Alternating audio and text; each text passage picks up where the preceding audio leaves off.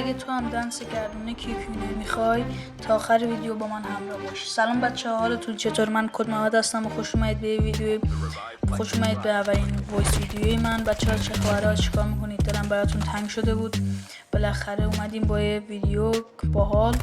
بچه ها تو این ویدیو اومدم بهتون آموزش بدم که چجوری دنس گردونه کیکونه اینو احتمال شانسشو بدین بالا. بچه ها حالا بعضیا خیلی دوست دارن این دنس و اونایی هم که نمیدونن دنسش چجوریه تا آخر ویدیو نگاه کنن. آخر ویدیو براشون گذاشتم.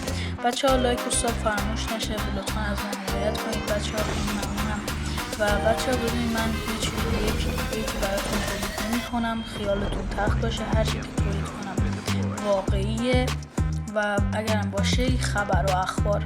بچه ها شاید بعضی بیشترتون دیگه میدونید دیگه، بچه ها خبر دادن که ویچ واردن اسکین بروکن میخواد بیاد، اونم میگن یا کلیدش میخواد بیاد یا باندل به صورت باندل. بعضی ها میگن که به عنوان پک پرایم میخواد بیاد که من احتمال نمیدم که پک پرایم بیاد بچه ها، چون پک پرایم بیاد یه جورایی دیگه خیلی اصلا ضربه بزرگی میخوره اکتیویژن، چون یه اسکین خیلی خفن و میخواد با قیمت 10-20 هزار بده.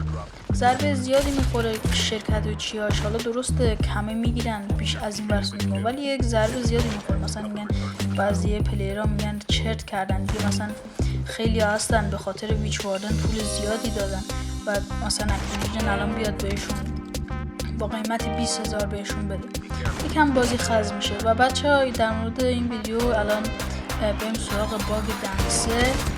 خب اینجا مردیم، بریم سراغ باگ. بچه ها وارد گردونه کیکونه نمتیک میشین. خب یه دور دنسش رو از اول تا آخر نگاه کنید.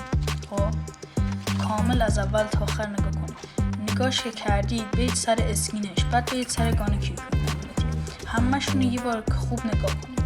بعدش هی گان اسکین اینجوری تون بزنید، بعد بهش دنس هم اضافه کنید. وقتی دنس رو زدید خب دیگه نرید دوباره از اول گان اسکین، دنس رو بزنید اسکین گان، یعنی برعکسش کنید این مسئله رو. خب همینجوری بزنید، بعد بذارید سر کیکونه نمتیک این افکتش که رفت گردونه رو بزنید. همونجور که میبینید الان حالا از شانس خوب من دنسش رو گرفتم. بچه ها خیلی ممنونم که تا اینجای ویدیو نگاه کردید. بچه ها خیلی دوستتون دارم، عشق منید و هر ویدیویی خواستید با هم کامنت کنید، هر نوعی. فعلا خداحافظ، خیلی دوستتون